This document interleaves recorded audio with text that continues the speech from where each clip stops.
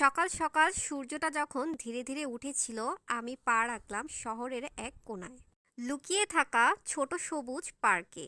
চারপাশে শুধু গাছ, পাখি, কিচিরমিচির আর একটু প্রশান্তি। এই পার্কটি যেন একটা আলাদা জগৎ। নয় কোনো গাড়ির শব্দ, নয় কোনো ব্যস্ততা, শুধু নিজের সঙ্গে কিছু সময় কাটানোর সুযোগ। বেঞ্চে বসে চোখ বন্ধ করলাম, হাওয়া বইছে মনের মধ্যে জমে থাকা ক্লান্তি উড়িয়ে। একদিকে ছোটরা দৌড়াচ্ছে, আরেক পাশে বৃদ্ধরা হালকা ব্যায়াম করছে, আর ঠিক মাঝে দাঁড়িয়ে আছি আমি। সব দেখে যেন এক জীবন্ত ছবির মতো লাগছে। এই পার্কটি শুধু গাছপালা না, মানুষের ভেতর একটা শান্তির এক ঠিকানা।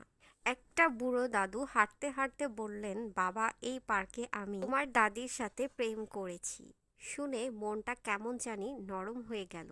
এ পার্কে যেন হাজার গল্প লুকিয়ে। একটু সামনে গিয়েই দেখি একটা ছোট মেয়ে তার বাবার হাত ধরে বলছে, বাবা, ফুলটা আমার জন্য। আহা, ছোট ছোট মুহূর্তের জীবনটা কত সুন্দর।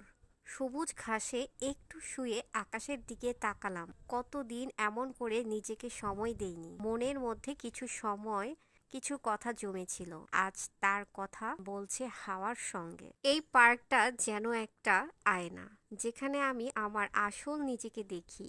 না কোনো মুখোশ, না কোনো দায়িত্ব, শুধু আমি আর আমার নিঃশ্বাস। চলে যাওয়ার আগে মনে মনে বললাম, সবুজ, তুমি থেকো এমন করেই। আমি আবার ফিরবো, হারাতে, খুঁজে পেতে আর ভালোবাসতে।